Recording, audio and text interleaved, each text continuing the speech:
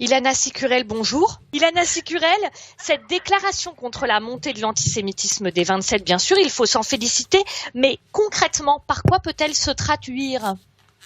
Je crois que, comme vous dites, il faut d'abord prendre acte du fait que le Conseil européen, donc qui rassemble les chefs d'État et de gouvernement européens, a fait une déclaration solennelle qui prend acte de la montée de l'antisémitisme et de l'augmentation des menaces pesant sur les personnes juives en Europe, notamment la résurgence des mythes conspirationnistes, les expressions publiques d'antisémitisme, en particulier dans le contexte de la pandémie Covid-19, ainsi que l'augmentation des incidents antisémites et des crimes de haine est là très préoccupante. Donc, ça se fonde sur une étude, notamment de l'Agence européenne des droits fondamentaux, qui a révélé des chiffres extrêmement inquiétants, qui montrent que les Juifs eux-mêmes, les Juifs européens, sont très inquiets. Je reste sur le diagnostic quelques instants parce que je trouve que c'est important de le partager avec les auditeurs avant d'arriver évidemment aux réponses concrètes qu'on va apporter. 85% des Juifs européens qui considèrent que l'antisémitisme est le problème social et politique le plus important de leur pays, 89% qui pensent que l'antisémitisme gangrène les réseaux sociaux et Internet, 79% qui ont été victimes d'actes antisémites et n'ont pas porté plainte, ça c'est au niveau européen, 34% qui évitent les lieux et événements juifs, 38% qui songent à l'immigration et 70% qui considèrent insuffisante la réaction des États membres. Ilana Sicurel, les situations en Europe sont très différentes en fonction des pays. L'antisémitisme, vous l'avez souligné, s'étend et il est présent en Europe et menace les Juifs.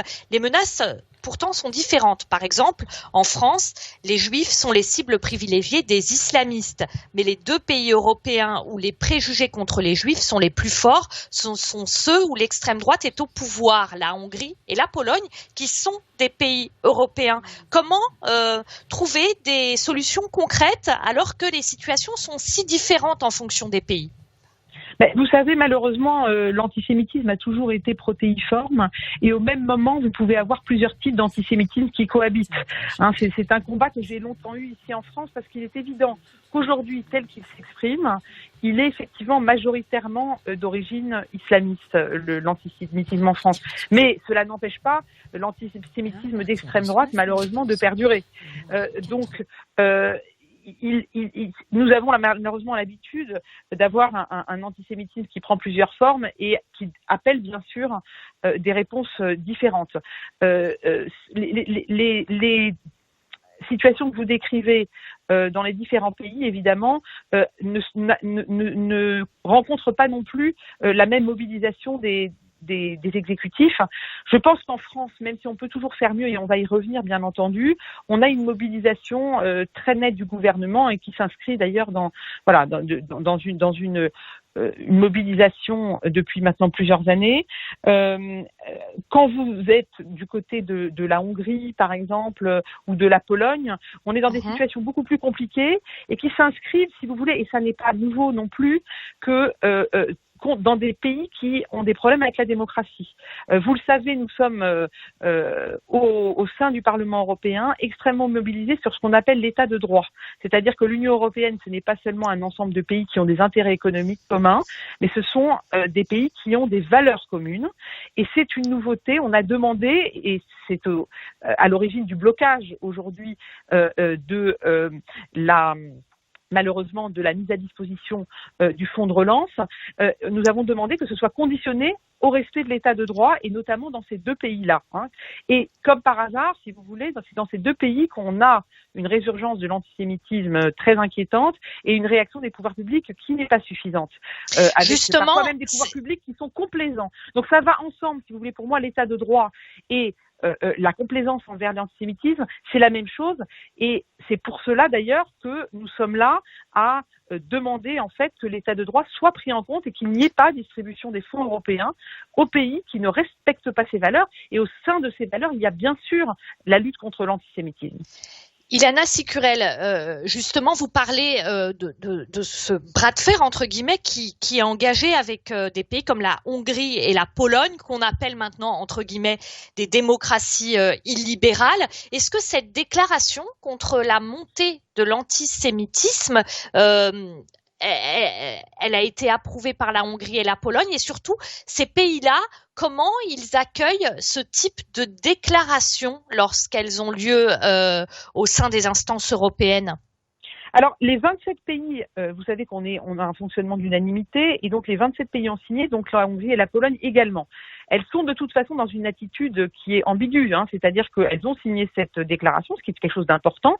Il n'y a pas eu de problème à les faire adhérer à cette déclaration. Maintenant, il faut que les actes suivent.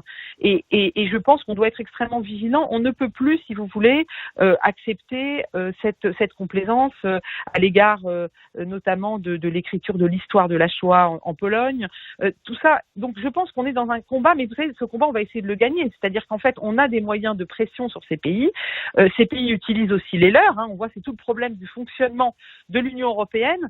Et vous le savez, La République en marche a porté pendant sa campagne, et Emmanuel Macron, président de la République, porte une réforme du fonctionnement de l'Union européenne. Ça, je sais que c'est pas notre sujet de ce matin, mais c'est lié. Non. Parce qu'on doit sortir de cette unanimité pour ne pas être, si vous voulez, pris en otage par ce qui constitue une minorité au sein de l'Union européenne qui est globalement très engagée sur ces questions.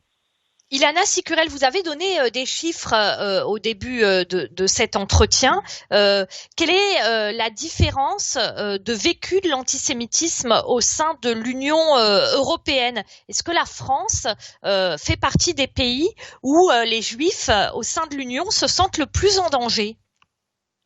Oui, les chiffres le montrent. Il y a une inquiétude en France, et il y a une inquiétude d'ailleurs dans le regard que portent les autres pays sur un chiffre intéressant. 4 Européens sur 10 considèrent que l'antisémitisme n'est pas un problème dans leur pays, mais 2 tiers jugent que c'est un problème en Suède pour 80%, en France pour 72%, en Allemagne pour 66%. Ces chiffres donnent froid dans le dos. Et je crois qu'il faut la représentation de la France depuis dans le regard de nos voisins, c'est que nous sommes un pays avec un fort problème d'antisémitisme. Alors, nous savons en France que c'est pas évidemment un antisémitisme d'État, et qu'il est, comme vous l'avez très bien dit vous-même d'ailleurs, assez identifié, mais il n'empêche que nous avons des Juifs dans la France de 2020 qui vivent avec cette inquiétude, et que c'est insupportable. Et je crois que nous devons être absolument mobilisés, et ce qu'on va faire en tout cas au niveau européen, qui est très très important, et il y a une vraie avancée ces jours-ci, et je veux le partager avec vous, c'est tout ce qui est sur Internet. Parce que la France et l'Allemagne ont toujours voulu que les contenus haineux sur Internet puissent être enlevés, qu'il puisse y avoir une exigence des plateformes que dès que c'est signalé, c'est enlevé dans un délai très rapide. Mais vous avez d'autres pays, notamment d'Europe du Nord, qui sont dans d'autres traditions plus à l'anglo-saxonne. Et l'affaire Paty, il faut le savoir, a eu un effet de détonateur, de prise de conscience que l'Internet était évidemment l'antichambre de l'action la plus violente qui soit dans nos pays européens. Et donc on est en train d'avancer, et dans les jours qui viennent, on aura des avancées sur ce terrain qui est extrêmement important, puisque c'est évident que c'est à l'échelle européenne que nous devons agir, et c'est pour moi une des actions extrêmement importante. Internet doit cesser d'être une jungle, et ce qui est interdit hors Internet doit être interdit sur Internet, c'est une évidence, mais on est en train de faire de grandes avancées dans ce domaine-là. Ilana Sicurel, vous dites on est en train de faire de grandes avancées dans ce domaine-là. Il y a eu des blocages en France par rapport à la loi Avia. Est-ce que ces avancées dans ce domaine-là au niveau européen, concrètement en France, quel impact ils vont avoir? Alors ils vont évidemment.